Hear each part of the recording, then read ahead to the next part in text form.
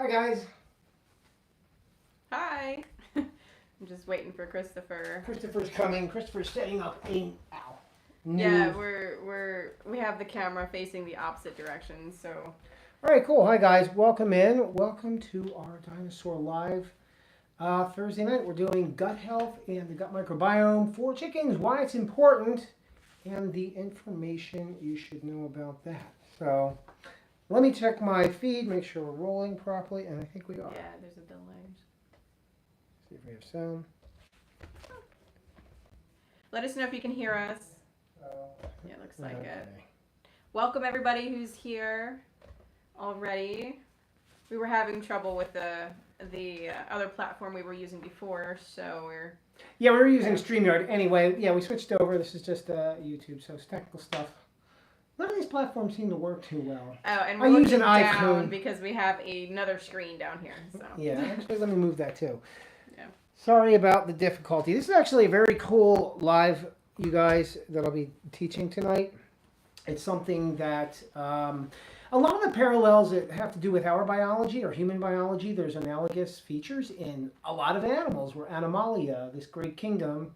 And within the digestive tract of our chickens and our poultry and our quail, there's very similar, or like I said, similar features that we can understand fundamentally. I don't like to go too deep into all the biology. It's extremely complex, and you can spend many, many years studying this, and people do spend many years studying this.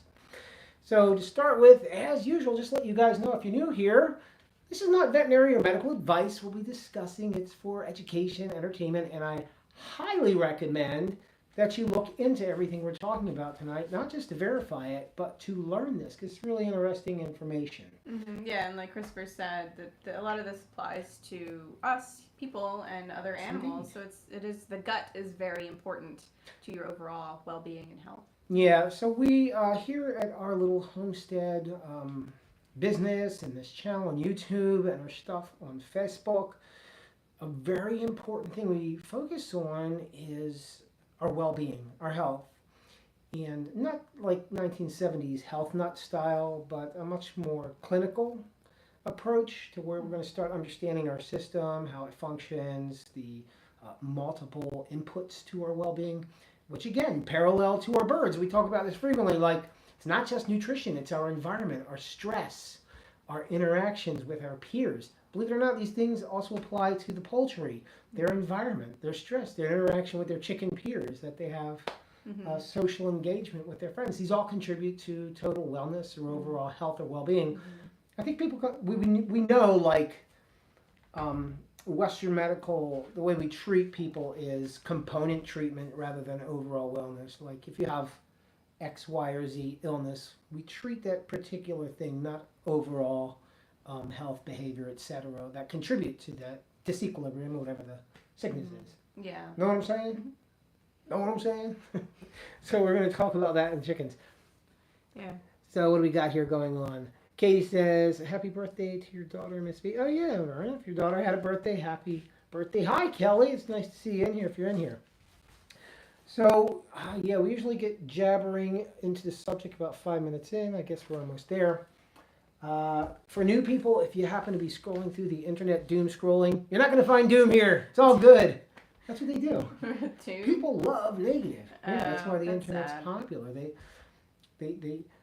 I always put it this way. I think it's different groups. Like people also love happy and comedy. Yes, they do. So but generally, if I'm going fishing, I'm going to use worms to catch fish, not because fish like worms. Mm-hmm. Some fish may like steak, but anyway. I mean, lose my train of thought. Oh, sorry. That's okay. If people were scrolling by, you said. Yeah, this is not doom scrolling. This is good quality, happy, usable stuff. Mm-hmm. Yeah, new people, if you are here, feel free to check out the description of this video. I put tons of good, fun, happy, free stuff. I always talk about this, mainly because I have it printed here. But I have a lot of PDFs in there that I wrote. This is a quail, beginner's guide to quail that I wrote. It'll tell you how to raise quail. If you've never touched these animals before, this will give you a good intro. Mm-hmm. Why? We've raised jumbo quail for years. They're extremely proficient egg layers and meat producers, and they satisfy food production needs in small small areas. You don't need a giant piece of property. Yeah. Is that right? Yeah, and you could be completely new to animals, or you could be someone who has a farm, and they have a value in both types of situations, and they're great for intro to learning about animals because you can have a small covey of them, or you can have a whole bunch. Just Hey, Tommy's here. Hey, buddy, how are you? I'm using an iPad down here to read comments. My favorite archaeoavian experts. Oh, thank you. You're a nerd like me. Like, I like to say my nerd herd. I was telling Kel. Like, I like doing nerdy stuff. And unfortunately, I don't know why they still call it nerdy stuff. But knowledge and learning things, that's how we get into, like, these rabbit hole kind of searching. You start, like, but in a good way. It's not like, oh, what bad thing happened and how did that bad person do? Like, not that. But you get interested in a subject and then... to learn. Mm-hmm. Yeah, people like, I guess I'm that type of personality, maybe you are too, Tommy, where you find something interesting and it's not passive. You laser point engage in it until you have like a functional knowledge of it. I like doing that because then it stays in your head and you can share it like we're doing here tonight. Mm-hmm. So Tommy said, same here. If I don't learn something every day, I can't sleep. I've been that way since I was a young child. Oh, good. I used to have to watch history and science TV because the school didn't do it for me. Wow. Yeah. So we would be the guy at the party going, actually. So I always got my actually finger ready to go. Uh-huh. Because somebody's telling, skewed information. Or just the one tidbit, of info. All right. I shall begin. We're going to be talking about the gut microbiome in our birds, where the majority of the organisms are located, how it's similar to ours, and what its function is. Low, more than likely, yes, that guy. So, gut microbiome. I think you can tell by the name pretty simply. It's the microbiologicals, little organisms, the microbiology in our guts, or in this case, in the chicken's gut system. Like in a human, we have gut microbiome in our mouth, in our saliva, in our throat. Stomach's kind of a sterilizer, an acidic bath. Some Clostridium and other organisms can survive down there. Same with the chicken in the acidic bath, but a lot of it is eliminated. And but there are some colony-forming beneficial bacteria that can pass through our stomachs and chicken stomach and get into the intestines and their fermentation chamber and our fermentation chamber. So the microbiome in our friendly chicken's digestive tract is made up of bacteria, fungus, and little protozoa. They're doing all these wonderful jobs, enzymatic processes, enzymes. If you guys maybe don't know what enzymes are, they're like proteins, little machines that carry out, they facilitate jobs that the cell's not doing. So the enzyme, for example, in a chicken, okay, and in us, there are bacteria that produce an enzyme that break down what's called protease or phytic acid, a binding anti-nutrient compound. And these bacteria, not produced by the animal cells, not our cells, not the chicken cells, but these microorganisms produce this enzyme that helps break down the phytic acid. And that phytic acid, or phytase, it binds to nutrients that otherwise wouldn't be able to release into the system. So that enzyme's doing that job. It's breaking it apart. And chicken's getting it from bacteria in its microbiome. Just an example. I'll go into more of this stuff later. Does that make sense? Sometimes I go on these little tangents. All right, so why is this important to us and why do we want to know about this? The gut microbiome, you guys may have heard, it's gaining popularity, I think, generally in popular culture due to, I guess, podcasts, people making others aware of it. But I'm really against, confabulate, building something up to be a cure-all. And every time you hear about some new thing, it's the big cure-all. Oh, sunlight, it cures all. Oh, the gut microbiome, it cures all. Oh, stress management, no. All of these things need to be in homeostasis and functioning optimally. We get this abundance mindset where more is better, and we think we build it bigger, stronger, and we think we can do this in perpetuity. Mm-hmm. to And make. we're looking for like formulas and like, you know, just how do I do this and how do I accomplish that? But we're complex creatures, and so are animals, and you know all the different living things. And it's not necessarily a specific formula, you know, to make the overall organism or the animal function well. It's you know, a lot of different things that come together. Yeah. Um, and when we're paying attention to the whole and trying to balance everything in general, then the whole is going to start feeling better rather than, like you said, the sunlight or, you know, these different things that are good. For sure, But, total wellness, total yeah, well-care. If you're focusing just on like one ingredient or one formula, then you're missing kind of like the bigger picture. Yeah, I'm not presenting this microbiome as something to strictly focus on as that's the gold standard for keeping your animals well. I'm introducing this to you guys so you can know, oh, you may not have been aware, this is another component to the health and well-being of this animal and to us too as human beings. It's just another component to our overall and their overall well-being and what its function is. Yeah. What do we got here? Any new... Katie's here. Let's say hi to Katie. Hi, Katie. Okay, cool. Anatomy, key structures, and microbial activity. I'm breaking out my chart. Can I get my chart? Yeah. Yeah.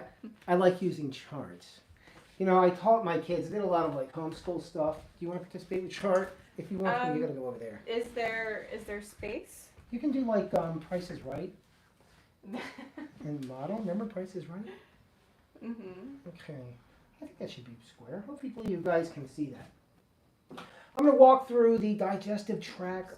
Yeah, it looks good. Walk through the digestive tract of the chicken real quick to get you guys up to speed if you're not familiar. And I'm not going to go through everything, but Do you I'll want go to move it through. any closer? Or are you happy with that? I'm happy. You can move it toward me a little bit so you have more space on your side. It's fine. It's fine. It's Okay. fine. There's a little bit of glare on here, but that's okay. Okay, so what are we looking at? This is a clever drawing of a chicken. Yay! So what's happening in our digestive tract? By the way, I have a digestive tract chart down in the description. Let me see what sticks out for us. Okay, simple stuff. Everybody knows the esophagus, air passage, and food. So chickens gathering, peck, peck, peck.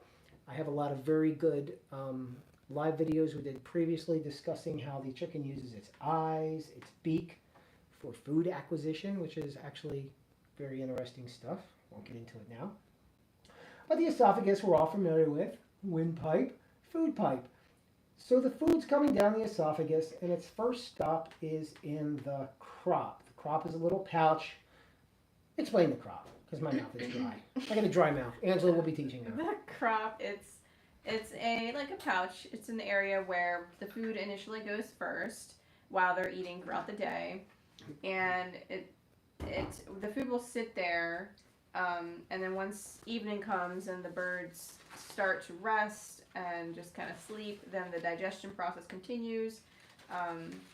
It just continues on from there, but it's the first spot where the food goes. Yeah, moistens the food, introduces some organisms to it. And I guess that's the first stop in digestion because it's moistening it. Mm-hmm. Okay, crop, we're moving into what's called the proventriculus. What's the proventriculus? That's a big word. What is that? Well, that's Stomach? It's the stomach. It's what's called, I guess, it's referred to as a true stomach. Proventriculus is the acid stomach or the chemical digestion chamber. Goes good about to eat some burgers. Yeah. They're just yapping.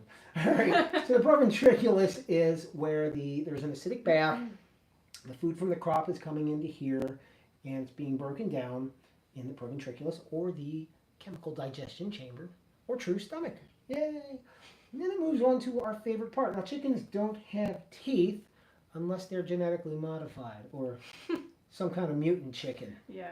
I don't know if they have mutant chickens yet. So they don't chew their food, right? So how do they chew their food? Well, they have a very muscular organ. Miss Angela, will you please tell us about the gizzard? The gizzard it's a part where it's like a muscle type of organ that massages, moves the food and such around, and they'll eat pebbles and granite, like really hard rocks, small rocks. You should be eating hard rocks. And the rocks will go into the gizzard because they don't have teeth, and then as that gizzard is massaging and moving that food around, it's rubbing against these rocks and hard pieces of stone, and that's like their teeth breaking away the ingredients and the foods that they've eaten, and it will help them absorb the nutrients as much as possible as the food continues into the next part of the bird. Right. Yeah, it's very, very important actually. And we did a video on gizzards. So when we chew food or when the food is being ground up in the gizzard, what's happening? It's exposing surface area. So you're taking a small thing and you're crushing it up and making it a large surface area. So there's more exposure. So it can be broken down, digested, and more efficiently absorbed. Remember the old saying, chew your food 24 times? Remember that? They tell you as a kid you got to chew it's like, what if I chew it 22 times? I think the point was to slow you down with chewing properly so that the body can properly ingest and absorb the nutrients from the food. But then these days, a lot of people are eating softer food that doesn't need to be chewed as much, which, there's consequences with that. But the chicken's chewing their food efficiently, particularly if there's hard stones in there. Right? Mm-hmm. So we got the surface area. Where's it going next? Uh-oh, what's this long tube? It's not the most anatomically accurate tube drawing, but this is small intestine. Small intestine. Mm-hmm. And the food's traveling down there, and just like us, that's where the majority of the nutrients are going to be absorbed in the small intestine. Okay? Lots of surface area in the small intestine. I forget how many miles and miles of intestinal lining we have when you stretch it out. Mm. But it's a lot. Okay, hamburger talk. If you guys have any questions, please feel free to drop them in. We're talking about eating. If you guys have questions after this video, drop them in the comments too. We always get to them. Okay, so we're taking a trip on the small intestines. We go esophagus, crop, true stomach, ventriculus, gizzard to grind the food, small intestine to absorb it, and before it comes out, there's a final dual chamber, and they're blunt-ended, meaning they don't go anywhere. They go into a chamber called the ceca. There's two pouches. Okay, the ceca. Now, what is that? That's an interesting thing. You may not have heard that. We have a similar thing, our colon. Okay, this is a fermentation area. This is where food that cannot get digested up in here is being fermented and broken down, and these are going to be the tough plant matter and hard to digest starches are going to ferment in here. This is where that healthy microbiome lives, and in us we have this healthy microbiome that we feed, that it does a ton of stuff that I'm getting to in just a second in this part of the digestion tract, the ceca. So what's happening in here is the hard to digest compounds are being broken down, and it's producing what's called volatile fatty acids, which are acting as direct energy sources, which are absorbed. Vitamins are being produced by the bacteria, not the food, but by the bacteria's metabolic byproduct from eating the yummy food. The microbiology loves the gross stuff that got through the small intestines, and they start breaking it down, and through their enzymatic processes, they make very beneficial B vitamins and vitamin K, which is good for what? Coagulation, right? So you don't bleed out. Very interesting stuff. We'll talk about it more in depth. I just want to get through this digestion tract. And after it's used, it's expelled into the cloaca and expelled to the vent where you have chicken droppings everywhere. Okay, a cool thing. So your chicken poop laying on the ground, it's phosphorus rich, it's nitrogen rich, and it's also microorganism rich. When it passes through the chicken and through us, there's microorganisms rich in that chicken manure. And what happens is when you introduce it to the compost pile, those microorganisms, they still hungry. And they're going to multiply, and they help break down the compost. Very interesting stuff. Okay, so that was the digestive tract. Okay. All right, cool. Wow, I have never heard of the ceca. Fantastic. Yeah, Katie, it's just like it's a fermentation chamber. We have it in our colon. So the food's going through, and you can't digest everything. So we have this wonderful, extremely diverse, and a human being, our microbiome, has about 600 to 800 species of organism.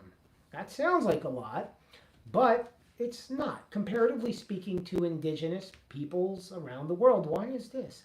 Well, here in the United States, the average American eats stuff out of crinkly bags, right? And very poor nutrition grains and empty food, and not a lot of fiber. So these things like fiber.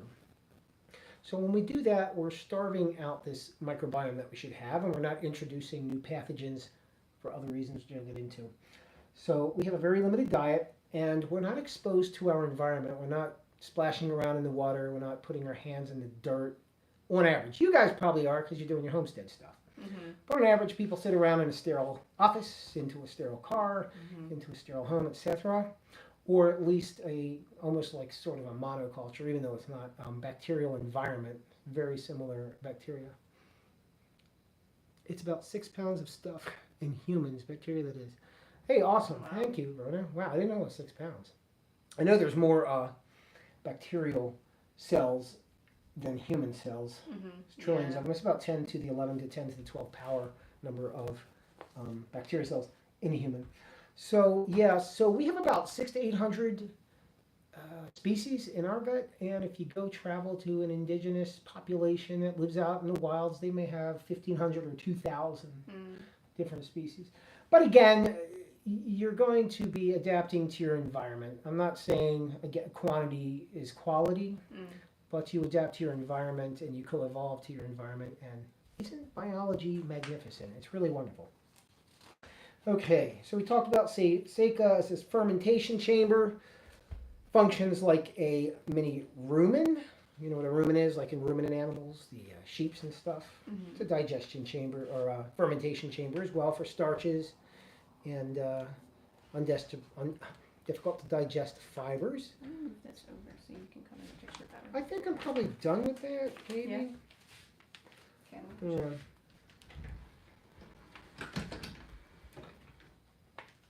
Okay. Angela's situating our. Again, this is not a professional. What do you call it? Like major Studio? Corporation studio. This is our house. Very interesting. Think of them having a fermentation chamber. I'm digging it. Yeah, I heard about it today during Store Talk. What are we talking about? 6 pounds. Oh, okay. Oh, Verna heard that on a Neil deGrasse show. Very interesting, Tommy said. Think of them having a fermenting chamber. I'm digging it. Well, the fermenting is extremely important. Yeah. That's how, so in a human, about 10 to 15% of our digestion is done by the microorganisms in colon after the small intestine. In a chicken, it's like 15 or 20%. So they do a little bit more digesting because what's a chicken eating? Their diet's going to be greens, grasses, hard seeds and things. So their digestion is going to be a little more reliant on their gut microbiome and the fermentation process for breaking down those harder components. Does all this make sense? Stuff, yeah. Okay. If I'm going too quick, tell me to be quiet. I talk quick. It's my ADHD brain. That's fine. All right, cool. So functions and mechanisms, how it supports the bird. Let's see, what's important? We talked about digestion, B vitamin production, of course. Antigen exposure, that's extremely important. So what's an antigen? So an antigen is like a molecular ID that defines or tells you what the organism is. So your immune system goes around, immune system's lurking, comes in, let's say Angela's a pathogen, and I see, oh, okay, this is her antigen. Oh, that's a safe antigen. So the immune system's going around, it's recognizing all the good guys. Now, if she comes in with a black shirt, a black antigen, I'm the immune cell, I'm like, oh no, I'm going to attack you. So it's training the immune system. So what did I write in here for antigen? A foreign molecule recognized by the human immune system. Antigens train immune cells like a detective or a cop looking at bad guys. All right, cool. So, I again, think there were a couple comments. very complex. Don't want to get into it. So what you're saying is one of these days when I do a highlight on chicken and quail, I'll need to get hold of you first. Oh, yeah. You know, when I was a kid, I still do illustration, but I drew a picture called the chicken fish. Chicken fish. It was an idea for a restaurant where you serve nothing but fried chicken and fried fish. I thought it was phenomenal. It's a cartoon. All right, yeah, so antigen exposure, so you're training your immune system down there in the microbiome. Micronutrient liberation, which we talked about. So I'm going to get into this a little bit more. I dropped my stick. Like you need it. Micronutrient limitation. What are micronutrients? So macronutrients, carbohydrates, proteins, lipids, or fats, right? I'd eat there. A golden idea. Yeah, it is, man. Who doesn't love fried chicken and fried fish? So macronutrients, protein, carbohydrates, and the fats. Micronutrients are your vitamins and minerals. Okay? So micronutrient liberation occurs by the gut flora unlocking minerals bound in phytates. Phytates. Anybody hear this? Phytates. So when you're eating beans, raw beans, you don't eat raw beans. Why not? No, but not a lot of people know why they soak raw beans, and they're supposed to do it, but they don't know why. Why do they do that? So what's the bean designed to do? It's designed to grow little baby bean plants, right? So to do that, it needs energy, and it needs certain compounds. So it keeps those compounds bound up and locked in phytic acid, or phytase. So it'll be available for the little baby plant. Now when the little baby plant gets wet, that seed gets wet, it starts to activate these enzymes called phytase. And sorry if these words are a little confusing, they're very similar sounding. So the bean, why we soak it, is to activate this enzyme that starts to break down the phytic acid. Okay? Phytic acid is a binder. It's holding on to these nutrients. All right? And that's not good. It makes us gassy, it bloats us, and it holds on to the nutrients. They're not available. They're bound up. When that phytic acid gets into the gut, it binds to other nutrients. It's often referred to as an anti-nutrient. Like we have nutrients, yay, they're good. Anti-nutrient, that's not good. Because if it's present, particularly in large amounts, it's a binding agent. And so it's going to prohibit the absorption of the micronutrients that are very good for cellular function. Mm-hmm. Is this all making sense? Mm-hmm. Okay. Yeah, so then it would be difficult for your body your body would not be able Tannic to acid, that's a good question. Tannic acid is a little different. What is the tannic acid from? That's from tannins.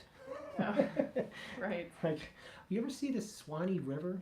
It's black because of the tannic acid from the trees. No, I don't remember seeing that. So phytase is like what's oxalates in green leafy plants. They have a similar compound. It does a different function. It's more of a protective anti-nutrient and protects the plant because it's not supposed to be getting eaten, so it protects itself. Seed's supposed to grow, so it wants to feed itself. Nature is phenomenal the way everything works. Mm-hmm. Anyway, let me get a drink of water. I'm going to start rambling again. We're talking about phytic acid.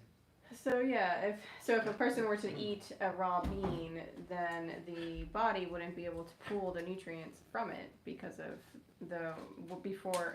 hadn't been soaked to break that down. Yes, and it didn't. Yeah, and the plant and the seed's natural enzymatic process didn't have an opportunity to take place.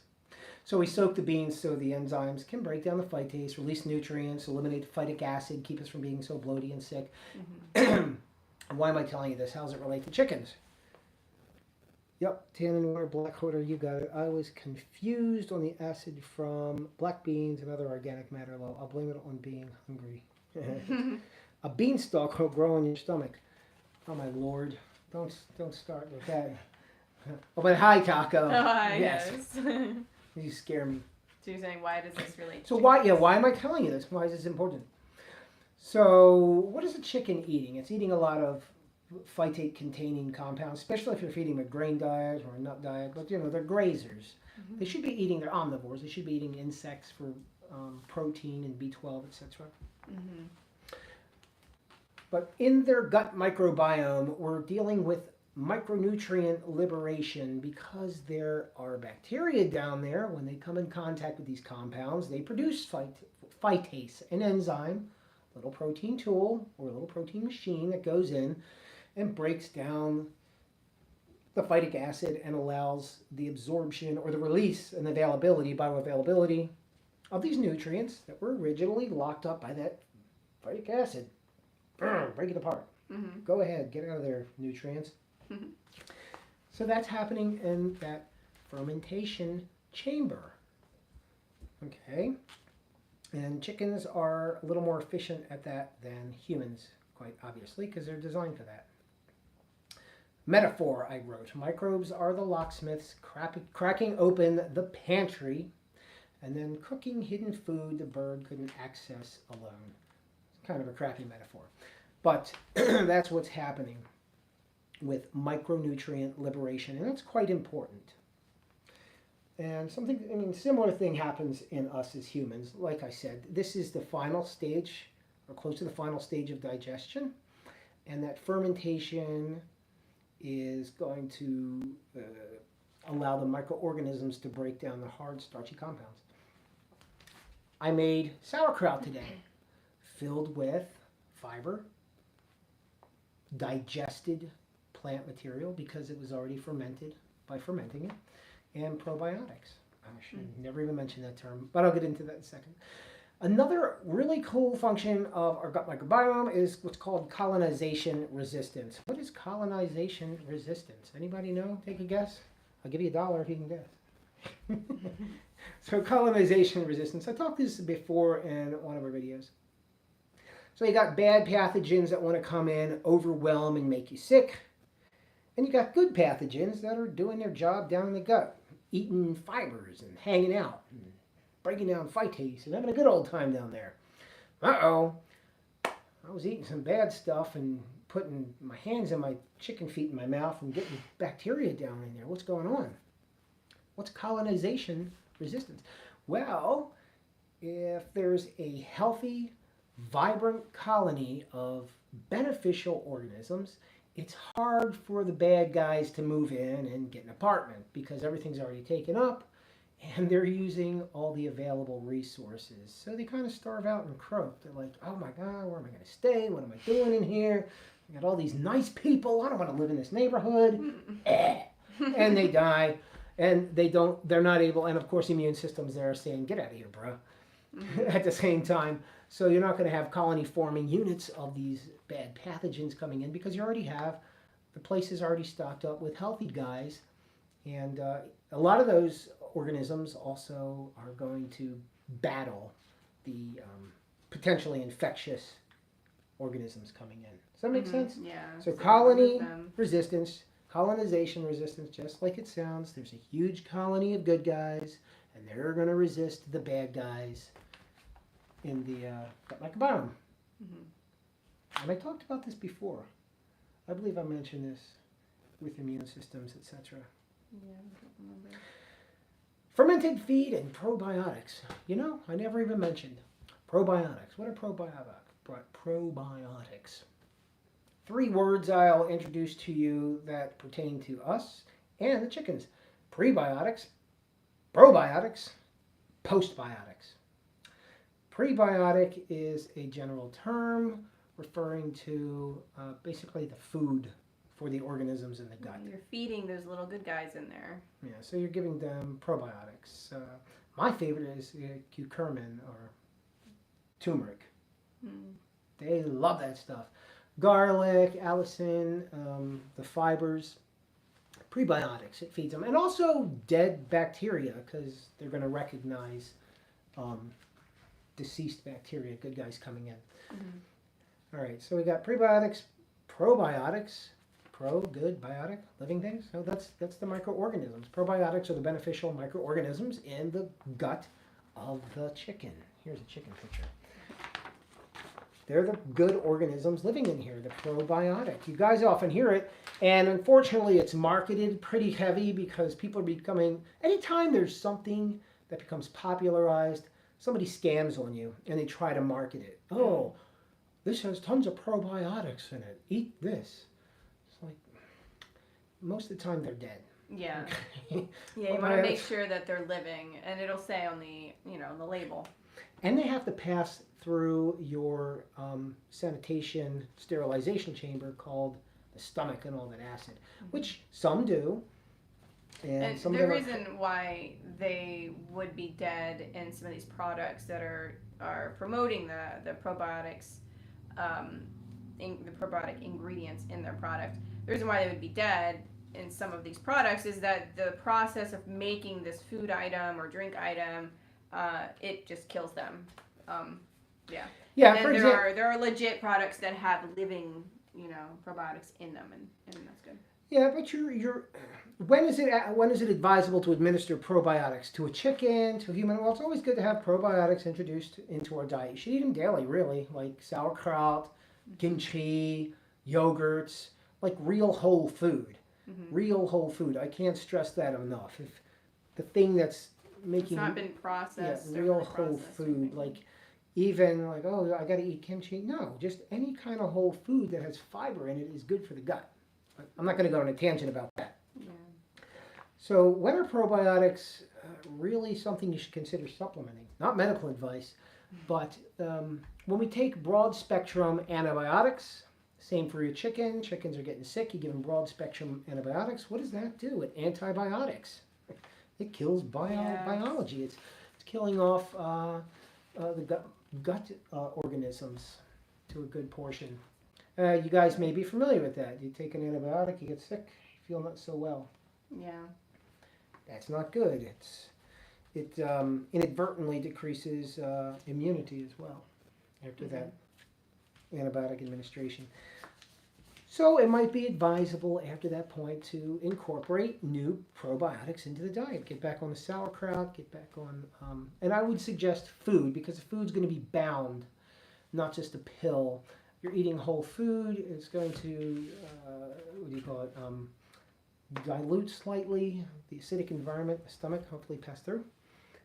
I'm all about good, healthy foods. I don't understand how people can snack and eat like crap, especially during the summer. Yeah, if you eat crap food in Texas and spend all day in the heat, you're sick. Didn't you do a sauerkraut cooking video? No, I didn't do a sauerkraut cooking video. I did a sauerkraut fermenting video. I'm being snarky. Yes, I did actually. Yeah, you don't cook it because the sauerkraut, of course, has live cultures in it, and if you heat it up, it's going to no longer be alive. Mm-hmm. I mean, cooked sauerkraut is great. What is it? What's that holiday the Germans do? I'm not German. Sausage in the sauerkraut. Sausage and cabbage holiday. Come on, man. What is it? It's like January 1st, the first. No, it's the one with the 4-leaf clover. Oh. What's that one? Oh, crap. Gosh, I'm from the United States. You triggered a timeout due to stream's chat rolls. What? What happened? Tommy, I don't know why that Nightbot's doing that. I don't even know why that Nightbot is active right now. I forgot to turn it off. What happened? It timed out Tommy. I don't know why it's doing that to him. Oh, you know what? I think it's because he may have put in a... Oh, hey, Andy. I don't know why it does that to him. I send my apologies. It's this goofy chat bot. Okay, anyway, I don't want to get off track. Let me get back to where I was. Sorry, So, were you going to mention post? Yeah, postbiotics. So we talk about prebiotics, feed for the little organisms, probiotics, the little organisms themselves, like lactobacillus, etc. And postbiotic is simply the beneficial compounds or the metabolic byproducts of the organisms in the chicken's ceca pouches or fermentation chambers. Mm-hmm. All good. It may have calling you... Okay. All good. I may have thought I was calling you sick because of how I praise it, but I wasn't. You can call me whatever you want. I don't know why it's eliminating people's comments.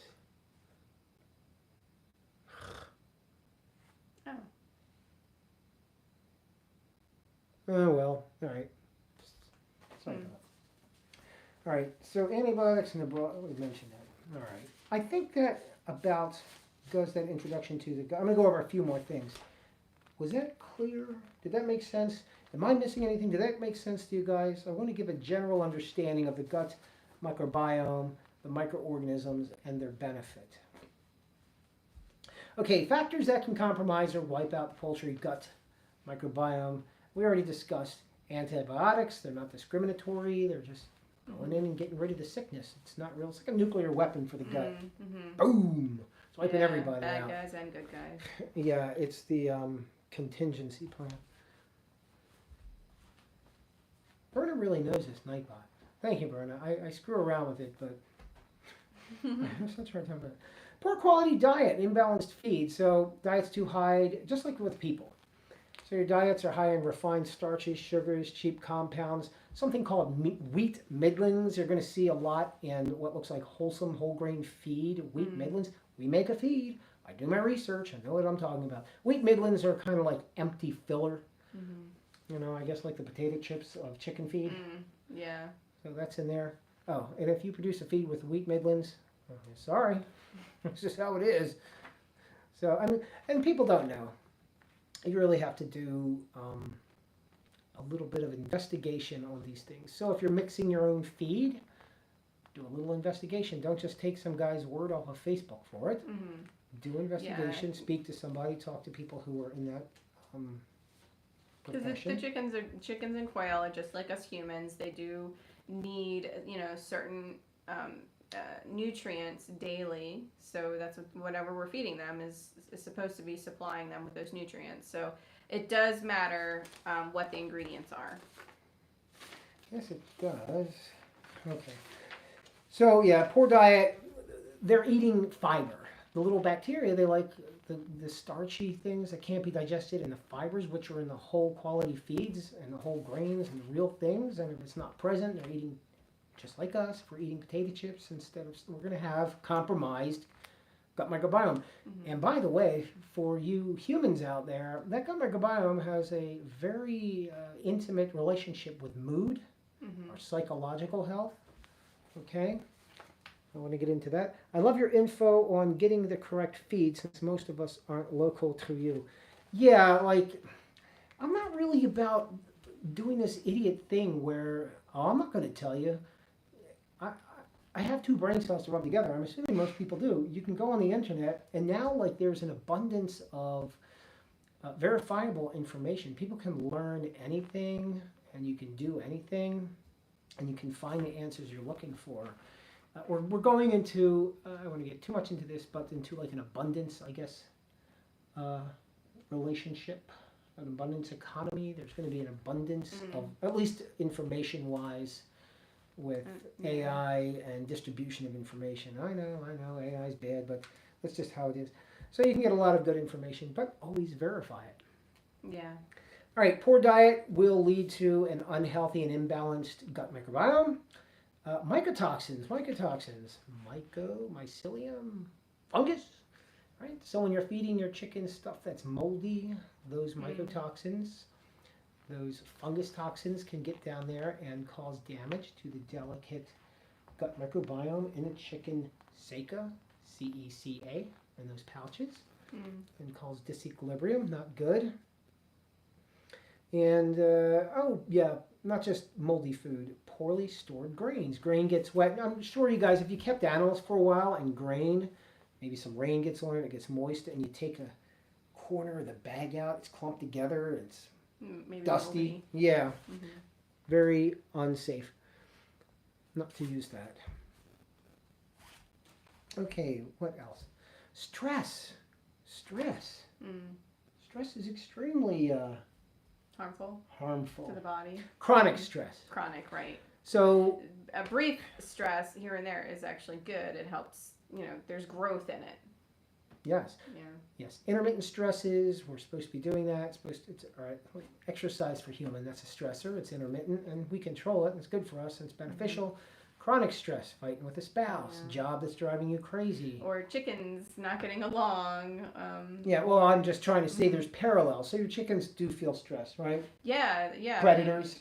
Predators are just flock mates, squabbling and just not being nice to each other, or extreme, boredom can lead to them doing destructive behaviors and such.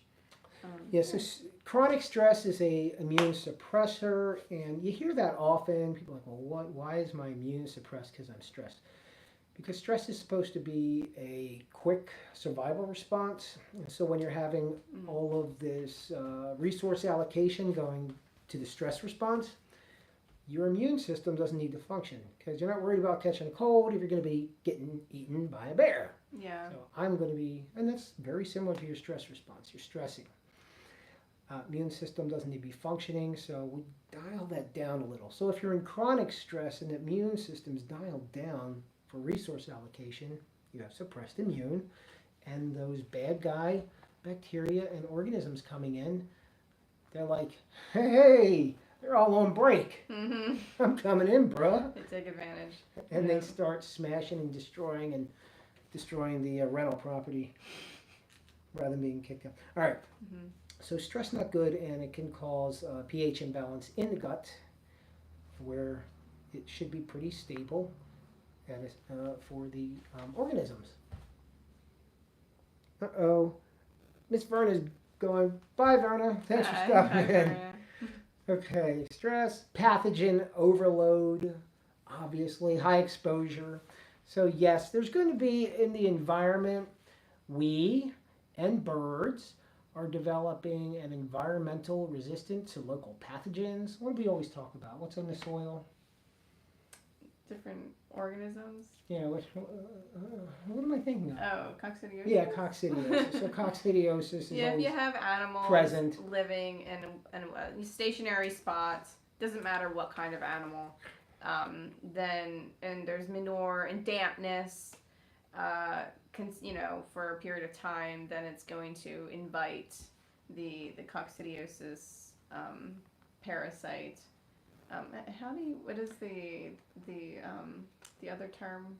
What's it, pathogenic loads? No, for when they're not in the bird.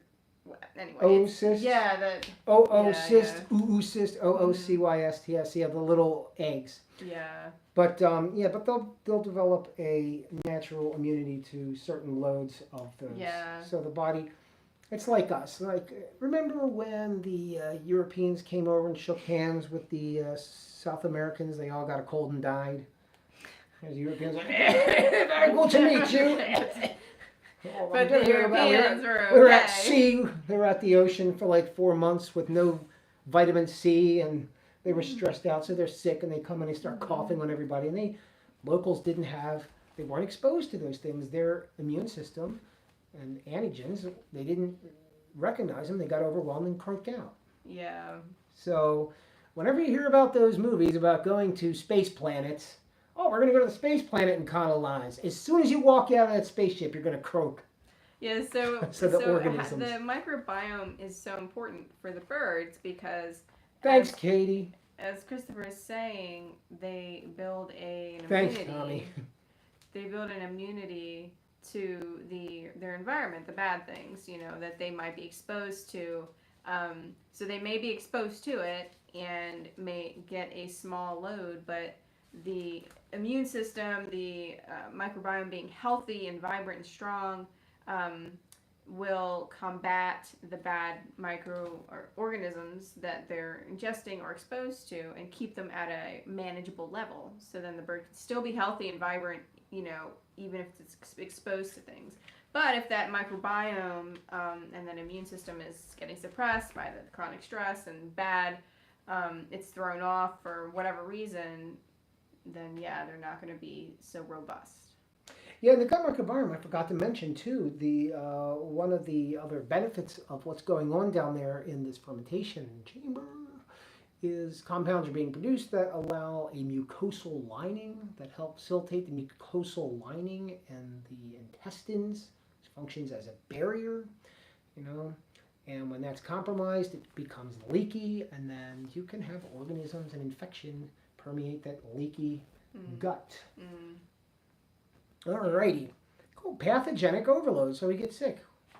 There's an opposite version of this. Too much sanitation. So we often talk about you got to clean out your coops, but don't sterilize them.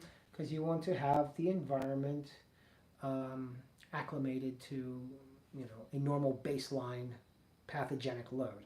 Not overwhelming and not zero. Just what's environmentally the norm or baseline for them. Yeah.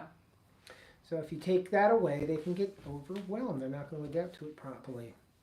No soil contact, no exposure. So imagine this. Here's a thought experiment. You take a baby gets born, and we stick baby in a sterile room or a sterile building, whatever. It's completely sterile. He gets food, he gets exercise, he gets all the other needs a human has, except for he's in a sterile environment. No organisms. Now you take that kid out of that environment after he's grown for a while, he's 15 or 20 years old, and you say, here, go to the playground. It's likely he's going to croak. He's going to get very, very sick because his body has not had any interaction or adaptation to any organisms. Yeah. Okay. Yeah. There's no defense. That's an extreme example, but I think it's fair. Andy Rabbit's in town. I said hi to Andy earlier. Hi, Andy. Thanks for coming in. Very good. I like doing these education sessions for you guys because I think it's very interesting and actually applicable information. You can tell sometimes the more you know about your animal, the easier it is to understand and interpret their behavior. So, for illness, for example, there are signs that I like Occam's razor. The most simplest explanation is probably the correct one. So that's usually applicable in most cases, not all the time, but we like Occam's razor. So the more we learn, the more we can apply that principle through observation. Oh, my chicken's in X, Y, or Z condition, and I know from my knowledge I've gained over the many years that this is the most likely cause. The second thing could be the second probable cause, etc. So chicken, you could have. It's hard to say, and I like to suggest that a lot of symptoms are going to be similar to a lot of different illnesses. Like that's why I say it's not veterinary advice. Take your chicken to the vet, etc., etc. Can I use this video as a homeschool lesson? I would hope so. Yeah, please do. And give me a call if you have any questions, or if you want to have me come in and do live with the kids. I love kids, and I'm happy to help come in for a little bit and teach. But yeah, what was I yapping about? Well, you had the analogy of the child put into the playground that was in a That's a sterile. while ago. Oh, deciphering illness in the bird. So loose stools, for example, diarrhea-looking stuff. That could be a problem with the gut microbiome. Could be a lot of other things as well. But you may be able to discern some illnesses from what you're observing. I had another interesting set of things. It's just like when you look at human behavior, there's all these studies about like, oh, if they do this with their eyes, or they cross their arms, or whatever. Like they say, you can't use one piece of body language to decipher and convey whatever the person's are they're thinking or trying to communicate. You got to piece different things together. So the same thing with the birds. If you're seeing different symptoms, you're familiar with their personalities and their habits, and you know what they're eating, and you're paying attention to these details, and then you can piece together some symptoms. Yes, it could be multiple things, but you can narrow it down the more information you have. Right. I was going to say, I'm going to grab something. Can you yap for like 5 seconds? What should I tell a funny chicken story. I'll be right back. It's something I'm going to tell Andy. I don't have a funny chicken story. But anyway, it is important to feed them well. And there is a balance too. Sometimes people, they'll learn about all these different things that are good to feed the birds, to feed the chickens and the quail, like, electrolytes and just good stuff. But it's not necessary to overdo it either. It's good to supplement some nutritional things periodically. So I was running up there for Andy, Mr. Rabbit up there, I wrote a paper for my kid explaining nutrition, physiology, and health, like an intro to it, so he'll know how to take care of himself in the future. And this is good information for the kids watching this. The way I look at things, I always talk about this, and the way I like to teach, the way I would teach them, the way I teach myself, is look at something as a system, and a system is whatever's functioning is made up of a whole bunch of subsystems or little machines. For example, the chicken or the human, we're living creatures, but we have a whole bunch of different systems within us. We have our digestive system, we have our thought process, our brain, our musculature, our skeletal system, interconnected, and our emotions. Yes, other. they're all interconnected subsystems, and it gets even deeper and then deeper and then deeper and practically infinitely complex. Mm-hmm. So people get scared when you introduce some topics because they can see, they can just extrapolate, oh, this is an practically infinitely complex issue, which can be the case. But overall, it's very simple, predicated or functioning on fundamentals, right? And I think the big word that the kids should be familiar with is like homeostasis in the organism or in the living creature. So that's where everything's basically functioning optimally. It's functioning well. It's hard to do that for 100% of all the systems 100% of the time. But we're trying to achieve that, and we're trying to do that with our animals, trying to keep them healthy, homeostasis, by meeting their needs and keeping their environment the way it needs to be. Meet their physical needs, their environmental needs, their social needs, etc., time outside. And if we do that, their nutritional needs, and if we do that, then their body, their very beautifully designed complex biology kind of takes over and does what it's designed to do, which is to be healthy. I mean, what are they designed to do? They're designed to make little chickens, really. I always say there's 3 things that we're designed to do. Eat, not get exterminated, and produce offspring. That's the fundamental function of organisms. Mm-hmm. Even the colony critters, they work for that, the ants. But anyway, yeah, I did a project for my kid to teach him how to take care of himself based on all these fundamentals of health for him as a human being, which includes social relationships, engagement, or emotional health, stress, eliminating toxins. People put a lot of toxins into their body. Like, I'm not just talking about alcohol and cigarettes. I'm talking about the processed garbage that we eat. Mm-hmm. Becomes a toxin because it puts us in.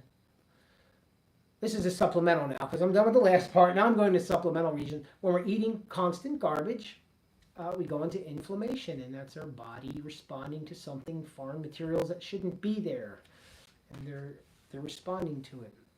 And then it's not good to be in chronic inflammation, which most people are. They're in chronic inflammation. That's their baseline. They don't realize it because they're always there. Okay. Mm-hmm. Yeah. Sorry. Anything to add, ma'am? No. Okay. I think that was cool. That was the chicken gut microbiome, focusing on the ceca, the 2 pouches at the end of the small intestine. Can I drag that over here one last time? Mm-hmm. I spent a full 5 minutes drawing this thing. I'm getting my money's worth. Let me get my pointing stick. Again, ladies and gentlemen, real quick, let me make sure my chicken picture is in the screen here. I have a 5-second delay on my camera. All right, cool. So there we go. Here, pull it I closer think a that's little good. bit. I did. All right. Again, we're going to go over real quick. Chicken digestive tract. Kids at home, follow along. It's lots of fun. And down in the description, I have a free PDF of the chicken digestive tract. Gobble, gobble, gobble. I eat food up. I'm the chicken. I swallow the food. It goes down the esophagus, the little tube we have along our esophagus. Air is coming in here. Food's coming in here. If you check out a video I did, I think 3 or 4 weeks ago on respiration in chickens, that's really cool because they have a whole amazing ventilation system for one-way breathing, not in and out like us. Anyway, they breathe down their esophagus, they get food, goes to the crop. This is a simple digestive diagram. The crop is where food is stored. They keep it in there overnight, right? Yeah, they're storing food. It starts moving along as they're resting in the Yeah, but evening. it's a storage pouch. It introduces moisture, it moistens the food. After it goes to the crop, it enters what's called the proventriculus, or true stomach, or like our stomach, where there's a bunch of acid. It's chemical digestion. After which it's transported into the gizzard. Everybody's heard about the gizzard.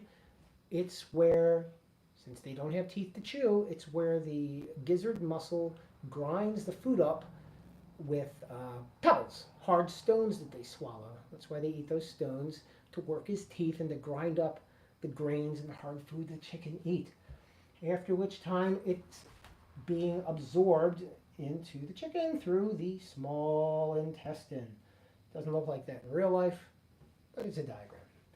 So the food's going to the small intestine, and before it exits, it enters the hard, undigestible stuff, the fibers, the starches that they can't digest in this process, go into the ceca pouches. There's 2 of them, and they're just a pouch. They don't have a tube extending from the other side. It goes in and comes back out.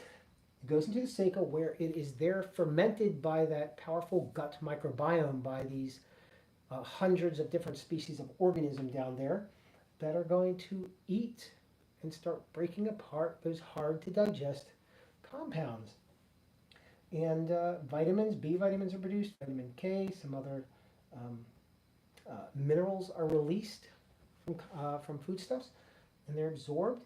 And then the leftover is deposited in the cloaca, compacted, and left on the ground through the vent.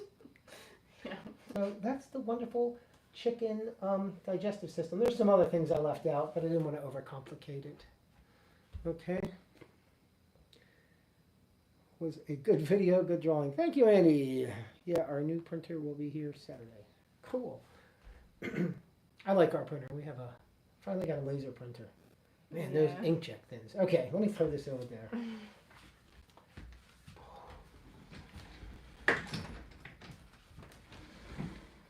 Alrighty, that was a fine talk on chicken digestion and the gut microbiome, why it's beneficial, what it's doing. I hope, the objective is, I hope at least one concept is learned. We never learn everything all at once. So one thing at a time. But I really like this stuff. It's fascinating to me. I'm into health and well-being. And the reason is, I've been studying this stuff for a long time, and my mood and my energy and quality of life are all impacted by trying to stay in homeostasis, by eliminating the toxins, eating what's right, doing the exercise, having happy relationships, keeping a good mood. You ever notice nasty people look sickly all the time? Yeah. Wonder why. And you mentioned quality of life, and that's really what it comes down to is, some people might think why are we Tommy. why are we putting so much effort into being healthy and all that, and really it just comes down to we're not, our lifespans aren't that long, and we want to be well while we're alive. We want to be productive and energetic and happy and moving and have feel good in our bodies and such. So that's your quality of life. And we have these physical bodies that they have needs and need to be taken care of daily. Can I do a? And if we're not tending to these bodies, then we all, like Christopher mentioned, we know people who are in a sense of they're in a chronic suffering state because of just basic choices, of what you eat, or if you're moving, or if you're in the sun, that kind of thing. Of course, I'm not talking about out of control things that happen in life that throws things off, but things that you can affect. You can make choices to affect your quality of life. This makes me think so we have compensatory function. When one thing's not functioning optimally, something will compensate and work for it a little harder to bring the thing back to equilibrium. And what just popped in my head is when we're sick and we're miserable, our physical body's broken, it's not working well. So our emotional body compensates, and we want to be surrounded by people. We all of a sudden, not all the time when we're feeling really crappy, but the emotional support and that spiritual support, it enhances, it makes us feel better, it gets us well quicker. Mm-hmm. This is true. Yeah. Human contact and human support during illness, facilitate a much speedier recovery. Documented, well known. All right, what did Tommy say here? I just had a little conversation with my wife about the way you worded our diet back there, about how inflammation is our body rejecting foreign unwanted things. Great way for people to actually think, oh, thanks, Tommy, about what they eat. That could have been on TED Talks. TED doesn't like me. You're like, I don't like this guy. He's too wild. He's too out there. But thank you. Yeah. Your body will tell you, don't do this. Continue doing that. Maybe not do that next time. Right? Yeah. But it's true. So I go nuts about this because I I'm kind of passionate about this. We have all this available knowledge and information, yet we are lied to. And I mean subtly. Because you go to a grocery store and you see a bright, happy colored box of sugar cereal with a moose on it. You're like, oh, that makes me happy. I like mooses. Yeah, it emotionally cues us. It stimulates us emotionally. But they don't tell you, oh, by the way, this is really, really horrible for you cellularly and metabolically. It might make you happy to look at it. I mean, I still like, what's that one, the elf cereal? Ah, eat my cereal. That guy. Lucky Charms. Forget everything. Yeah. I don't eat that. I Yeah, haven't had that in a long time. the marshmallows. But it's not good for me. I wouldn't eat it regularly. Yeah. I'm not being like puritanical. Yeah, like, Have you a know, piece I of mean, pie yeah, once like in a enjoy while. stuff, but take care of yourself at the same time. I like my cereal. I'm not Irish. No. Don't be offended. Okay. I think this was fabulous. Well, it was 1 hour of yapping. I hope this worked out with this backwards camera Yeah, I mean, I think instead so. of... We didn't go vertical, so that's nice. Yeah. Sigillus in advertising is scary to the core. Sigillus in advertising is scary to the core. Oh yeah, advertising. I don't know. Tommy, you have nerd brain like I do, so you kind of like look at things logically. I'm like, why would they? I look at the SUV commercials. What mother is driving up the side of a mountain? Like, come on, man. Nobody's doing that. You're 35 years old, you got 2 kids, you're not doing this. Stop it. Stop trying to sell me a car like that. It's like the Cowboys and they're smoking. It's just the idea. Back in the it. 60s. Yeah. Anyway. Okay. Thank you, Andy. Thank you, guys. Always a pleasure. If you found this of use or value, feel free to share it out and recommend your friends come learn about chickens. I like doing these academic videos. They're light academic. It's not like college or anything. Yeah. But yeah, if you found this useful and you're not subscribed to our channel, it does help us grow. So yeah, feel free to subscribe if you value what we have here.